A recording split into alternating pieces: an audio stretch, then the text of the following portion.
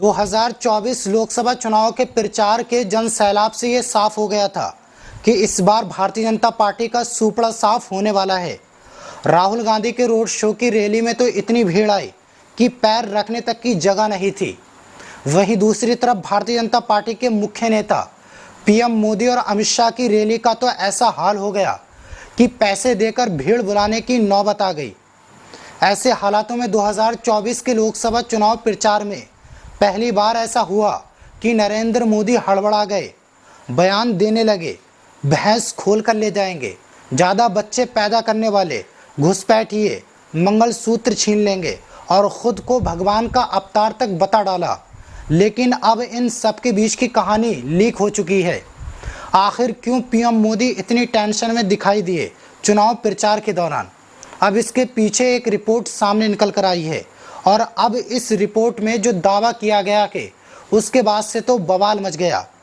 आपको बता दूं, इस रिपोर्ट को लेकर ये दावा किया जा रहा कि पहले चरण की वोटिंग पैटर्न से ये साबित हो गया था बीजेपी का सुपड़ा साफ होने वाला है और बाकी के 6 चरणों में खेल हुआ और बड़ा घोटाला किया गया। खबर TV9 की मौजूद है जिसमें लिखा है, यूपी में पहले चरण की वोटिंग में बढ़ाई बीजेपी की टेंशन, दूसरे राउंड के लिए बनाई गई ये रणनीति।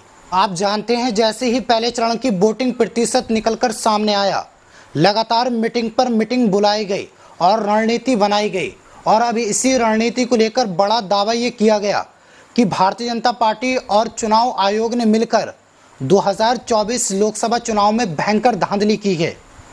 इस रिपोर्ट में बाकायदा आंकड़ों के जरिए और सीटों के जरिए बताया गया कैसे भारतीय जनता पार्टी ने खेला किया है। पहले चरण में आप जानते हैं बीजेपी का बहुत बुरा हाल रहा, लेकिन दूसरे चरण में बीजेपी ने घोटाला करके कमबैक किया। वो कैसे, आप अपनी स्क्रीन पर देखिए। उत्तर प्रदेश की बात की जाए तो उसमें 8 सीटों पर वोटिंग हुई और भारतीय जनता पार्टी 8 की 8 सीट जीत गई। आप देख सकते हो उत्तर प्रदेश में बीजेपी को सबसे ज़्यादा नुकसान हुआ, लेकिन उसके दूसरे चरण में बीजेपी 8 की 8 सीट जीत जाती है। आगे देखिए, राजस्थान को लेकर 13 सीटों पर वोटिंग हुई और 10 सीटें जीत गई। इसके साथ मध्य प्रदेश में क्लीन स्वीप किया, 6 में से 6 जीत गई और कर्नाटक में 14 में से 12 सीटें भारतीय जनता पार्टी को मिल गई। अब इस रिपोर्ट से आप अंदाज़ा लगा सकते हो खेला हुआ है और बहुत बड़े स्केल पर किया गया है।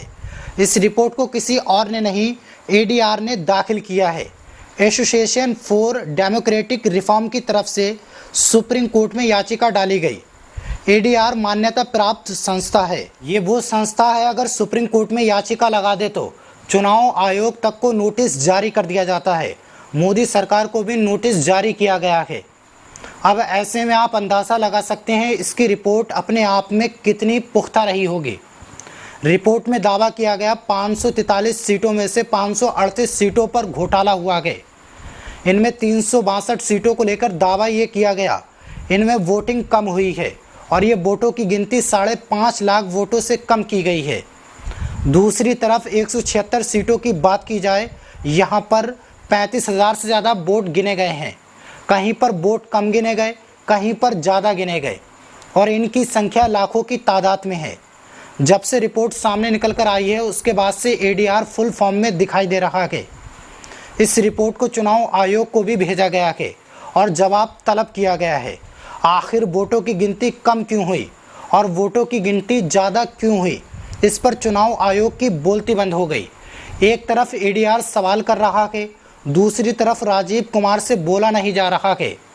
खबर भी मौजूद है, अमर उजाला ने लिखा है, ADR ने इलेक्शन कमीशन को लिखा पत्र, लोकसभा चुनाव में डाले गए वोट और गिने गए वोट में कथित धांधली के पूछे कारण। बाकायदा ADR ने आंकड़े दिखाकर चुनाव आयोग से कारण पूछे, लेकिन उसके बावजूद भी चुनाव आयोग कुछ बोल नहीं रहा है। राजीव कुमार की बोलती बंद हो गई। ऐसा तो होना ही था। क्या बताएंगे राजीव कुमार, क्योंकि चुनाव आयोग ने जो आंकड़ा दिया था उसी में से ADR ने पूरी रिपोर्ट बनाकर सवाल पूछे हैं। चुनाव आयोग के आंकड़ों में बड़ा हेरफेर पाया गया, वोटों में अंतर पाया गया। आपको बता दूं, वोट फॉर डेमोक्रेसी ने बड़ा दावा किया है। वोट फॉर डेमोक्रेसी ने बाकायदा आंकड़ों को पेश कर दिया है। जहां वोटों की गिनती में अंतर पाया गया वहां पर भारतीय जनता पार्टी की जीत हुई है, यानी 79 सीटों के वोटों की गिनती में हेरफेर पाया गया और वो सभी सीटें बीजेपी जीत चुकी है। इससे आप अंदाज़ा लगा सकते हो धांधली कितने बड़े पैमाने पर की गई है। इसको लेकर खबर भी छपी है, ध्यान से सुनना। आपको बता दें कि देश में 7 चरणों में लोकसभा चुनाव हुए हैं। DFD ने अपनी रिपोर्ट में दावा किया है कि हेरफेर में वोटिंग वाले दिन शाम 7 बजे तक भारत निर्वाचन आयोग यानी इलेक्शन कमीशन की ओर से जारी आंकड़े और फिर बाद में जारी किए गए आंकड़ों के बीच का अंतर ज़्यादा है। ये 4,65,46,885 वोटों का अंतर है। कुल मतों की संख्या में इतनी ज़्यादा बढ़ोतरी चुनाव प्रक्रिया की निष्पक्षता पर सवाल खड़े करती है।